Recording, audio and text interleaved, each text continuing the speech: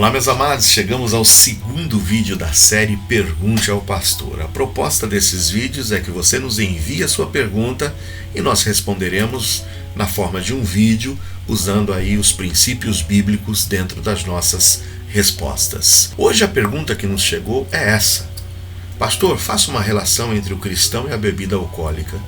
O que a Bíblia diz sobre o ingerir de bebidas alcoólicas?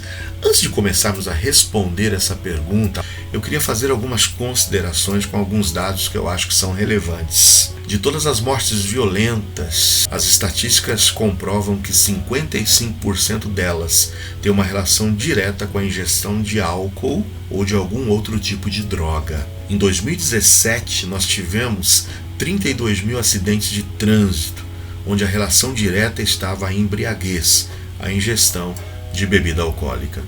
Cerca de 3 milhões de mortes ao redor do mundo têm como uma causa a ingestão da bebida alcoólica. Os riscos do álcool durante a gestação são altíssimos na formação do feto. O álcool é uma das causas do aumento crescente e assustador nos casos de violência doméstica, bem como também o grande número de pessoas hoje hospitalizadas em clínicas psiquiátricas e também com problemas gastrointestinais, dentre os quais eu poderia citar a cirrose. Nesses dados preliminares, eu já chamo a sua atenção de que a ingestão do álcool, essa relação entre o álcool e o ser humano, é uma relação, força de expressão, muito explosiva, muito danosa, e que já chamaria a nossa atenção. Mas o que a Bíblia diz sobre o álcool? A Bíblia faz uma diferenciação entre duas bebidas. A Bíblia fala do vinho e a Bíblia fala da bebida forte. As duas bebidas eram resultado de fermentação. O vinho, no caso da fermentação da uva, e a bebida forte de uma fermentação entre a cevada e mais o adicionamento de alguns ingredientes de especiarias, tâmara, romã. E então nessa mistura formava uma bebida forte a partir dessa fermentação. E a Bíblia nos diz que o vinho é escarnecedor e a bebida forte é alvoroçadora. E todo aquele que neles errar nunca será sábio. A Bíblia começa a nos advertir que a ingestão da bebida alcoólica, ela não traz sabedoria.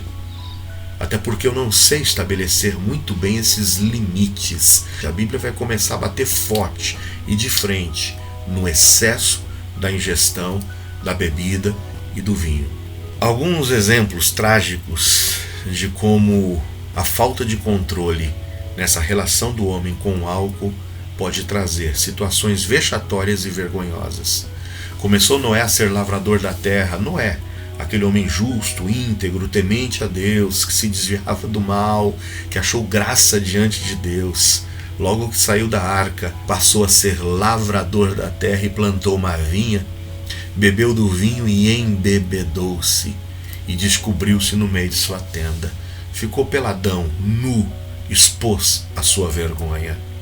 Nós temos o caso de incesto aqui, claro, onde as filhas de Ló arquitetaram um plano para deitarem-se com seu pai e obterem dele uma descendência. Vem, demos de beber vinho a nosso pai, deitemo-nos com ele, para que em vida conservemos a descendência de nosso pai. Deram de beber vinho a seu pai. Naquela noite veio a primogênita e deitou-se com seu pai, e não sentiu ele quando ela se deitou, nem quando se levantou. Estava tão alto Ló com a bebida, que nem percebeu que era sua própria filha com quem ele estava se relacionando. Não estejas entre os beberrões de vinho, nem entre os comilões de carne, porque tanto um como o outro, o beberrão e o comilão, acabarão na pobreza, e a sonolência os faz vestir-se de trapos. As consequências são danosas para aqueles que se embrenham no caminho do álcool. Esse é um quadro deprimente do bêbado, da pessoa embriagada. Aquele quadro que a gente sempre costuma dizer do cachorro que caiu do caminhão de mudança e não sabe nem onde está. Para quem são os ais, para quem os pesares, para quem as pelejas, para quem as queixas, para quem as feridas sem causa e para quem os olhos vermelhos? Para os que se demoram perto do vinho, para os que andam buscando vinho misturado. Não olhes para o vinho quando se mostra vermelho, quando resplandece no copo e se escoa suavemente. No fim ele picará como a cobra e como o basilisco morderá. Os teus olhos olharão para as mulheres estranhas, o teu coração falará perversidades. Olha aí o álcool tirando o seu autocontrole e te empurrando para práticas pecaminosas. Você será depois como que se deita no mar e como que jaz no topo do mastro, de um lado para o outro. E dirás: espancaram-me, não me doeu, bateram-me, nem senti. Quando despertarei? E quando despertar, beberei outra vez. Até mesmo os sacerdotes, os profetas, estavam errando, porque estavam se desencaminhando na ingestão do álcool. Também estes erram por causa do vinho e com a bebida forte se desencaminham. Até o sacerdote e o profeta erram por causa da bebida forte, são absorvidos pelo vinho, desencaminham-se por causa da bebida forte e andam errados na visão e tropeçam no juízo. E nós chegamos no Novo Testamento em momentos que antecedem uma celebração de ceia. Olha que ponto que chegavam os cristãos naquela época. Comendo cada um, toma antecipadamente a sua própria ceia, assim um tem fome e o outro embriaga-se. E aqui nós vemos uma relação direta entre a ingestão desordenada do álcool e as obras da carne. Porque as obras da carne são manifestas, as quais são adultério, fornicação, impureza, lascívia, idolatria, feitiçaria, inimizades, porfias, emulações, iras, pelejas, dissensões, heresias, invejas, homicídios, bebedices e glutonarias também. E coisas semelhantes a estas, acerca das quais vos declaro, como já antes vos disse, que os que cometem tais coisas não herdarão o reino de Deus. Aqui nós temos uma prova cabal de que a pessoa que diz que teve um encontro real com Jesus Cristo, que teve a sua vida transformada e que o Espírito Santo dentro dela habita, ela não pode mais viver na prática contumaz do pecado. E aqui Paulo está tratando daquele que vive na prática desses pecados. Paulo é categórico em dizer que não herdarão o reino de Deus. Por que não herdarão? Não por causa das práticas, é porque na realidade as práticas estão dizendo que essa pessoa jamais teve um encontro real com Cristo. Porque nós não podemos viver na prática contumaz e deliberada do pecado. Aí nós vemos Paulo dizendo em Efésios 5,18: não vos embriagueis com vinho em que há contenda, mas enchei-vos do Espírito. Ao invés de sermos dominados pelo vinho, o que Paulo está dizendo é: escolha ser dominado pelo Espírito Santo de Deus. Que ao invés que a bebida lhe controle, que os vícios lhe controlem, a que você seja controlado pelo Espírito Santo de Deus. Ah, talvez você diga: pastor, isso aí tudo está falando do excesso, aí está falando do bêbado, está falando da pessoa que enche a cara.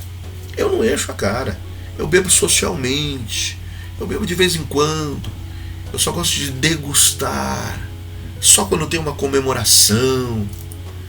Muita atenção, porque há uma linha tênue entre aquele que diz que bebe socialmente e aquele que bebe desmedidamente.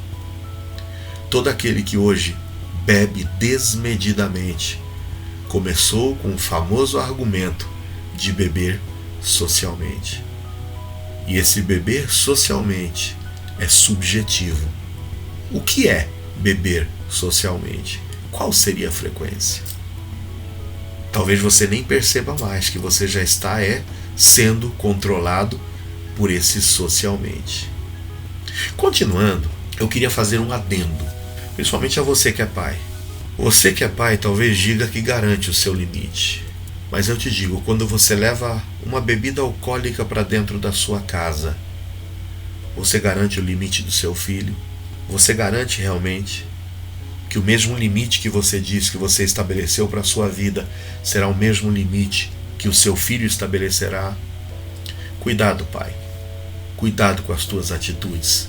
Cuidado com essa sua busca do seu prazer pessoal, em detrimento do bem-estar da sua família e da responsabilidade que você tem para com os seus filhos. É aí que entra esse quesito que eu gostaria de abordar nessa finalização do nosso vídeo. Muitos dizem, eu sei que a Bíblia condena o excesso, e é isso mesmo.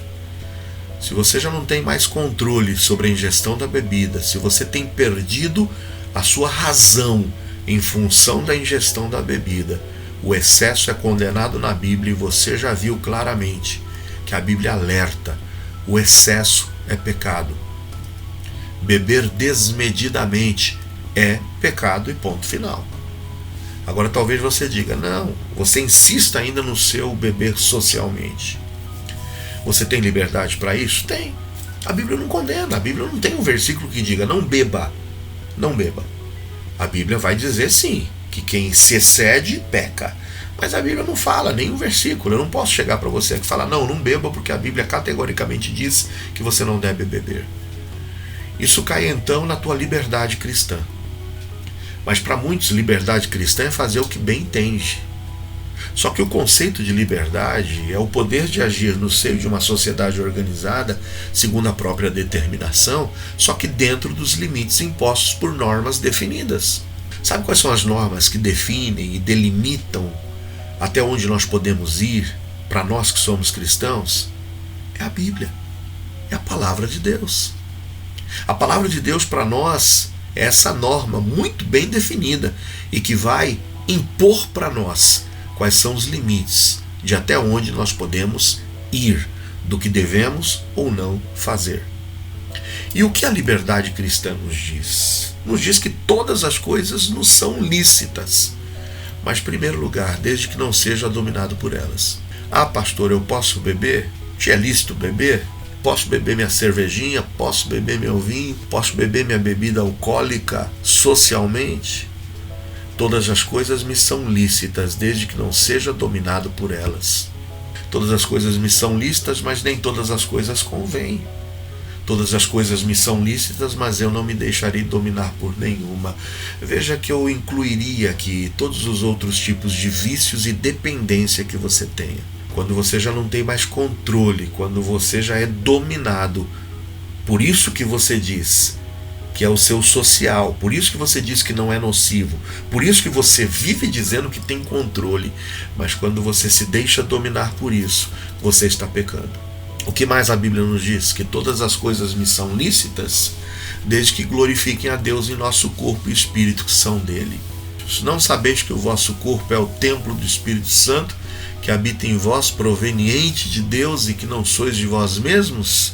Porque fostes comprados por bom preço, glorificai, pois, a Deus no vosso corpo e no vosso espírito, os quais pertencem a Deus. Será que quando você está em contato com isso que você diz que é inofensivo e que muitas vezes você extrapola esse limite e você passa a não glorificar mais a Deus nem no seu corpo e no seu espírito, isso é uma atitude que seria condizente? A Bíblia está dizendo que eu preciso estar alerta. Será que esse ato está glorificando a Deus no meu corpo, glorificando a Deus no meu espírito? Diante de todos aqueles dados que nós vimos, doenças psiquiátricas, violência doméstica, acidentes de trânsito, internações em virtude de doenças gastrointestinais, má formação do feto. Será que nós estamos glorificando a Deus no nosso corpo e no nosso espírito, que não pertencem mais a nós, mas a Deus? Todas as coisas me são lícitas, desde que não escandalize meu irmão. Ora, pecando assim contra os irmãos e ferindo a sua fraca consciência, pecais contra Cristo. Por isso, se a comida escandalizar meu irmão, nunca mais comerei carne, para que meu irmão não se escandalize. Os irmãos lá de Corinto estavam passando por uma situação muito semelhante, essa comparação do comer carne sacrificada a ídolos. Alguns irmãos fortes, mais garantidos na sua espiritualidade, eles diziam: para mim não importa se essa carne foi sacrificada a ídolo ou não, eu como e não vai fazer mal e ponto final. Só que induziam outros novos crentes que não tinham essa mesma certeza e segurança a comer junto com eles, mas estes fracos se autocondenavam.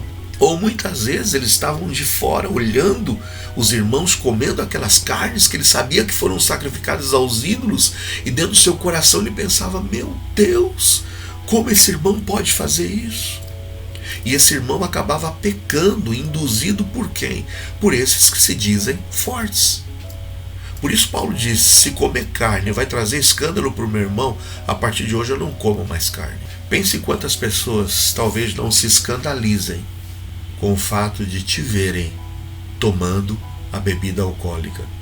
A quantas pessoas talvez você não tenha encaminhado para o pecado, simplesmente para a satisfação do seu desejo pessoal. Todas as coisas me são lícitas, desde que não escandalize, como já vimos, e que venha contribuir para a salvação. Portai-vos de modo que não deis escândalo nem a judeus, nem a gregos, nem a igreja de Deus, como também eu em tudo agrado a todos, não buscando meu próprio proveito, mas o de muitos. Para quê? Para que assim se possam salvar. Se você soubesse que, deixando a bebida alcoólica de lado, deixando esse seu socialmente de lado, alguém pudesse se salvar, você deixaria? Então esse é o teor do que Paulo está dizendo. As minhas atitudes devem sempre ter um fim: a salvação, a glorificação de Deus, e não dos meus desejos íntimos e pessoais. Portanto, quer comais, quer bebais, ou façais outra qualquer coisa, fazei tudo para a glória de Deus. O que a Bíblia diz sobre o cristão e a bebida alcoólica? Primeiro, que os excessos e a dependência é pecado. Categoricamente é pecado. Pastor, bebo moderadamente, socialmente. Considere, você como pai, que exemplo você tem dado ao seu filho, e considere também, será que você não pode ser um agente que vai impulsionar e motivar seu filho ao consumo também da bebida alcoólica, sendo que você diz que se garante, mas você não sabe qual será o limite do seu filho? Qual a sua responsabilidade como pai diante do exemplo que você está dando ao seu filho? Em terceiro lugar, você tem liberdade para beber? Tem, seguramente tem. Mas antes de beber, pense nas 4 considerações que limitam essa nossa liberdade. Pastor, posso beber? Desde que você não seja dominado pela bebida. Pastor, posso beber? Desde que isso esteja glorificando a Deus no seu corpo, está? E no seu espírito também? Posso beber, pastor? Desde que isso não escandalize o seu irmão. Posso beber, pastor? Desde que isso não escandalize o seu irmão e que venha contribuir para a salvação. Se passar no crivo dos 4 limitadores, vá em paz, meu amado, e faça aquilo que a tua consciência não venha a te acusar depois. E que você possa se fixar nesse versículo: quer comais, quer bebais, ou façais outra qualquer coisa, fazei tudo para a glória de Deus. Que Deus te abençoe, que Deus me abençoe. Na realidade, que Deus nos abençoe. Até o próximo vídeo. Pergunte ao pastor.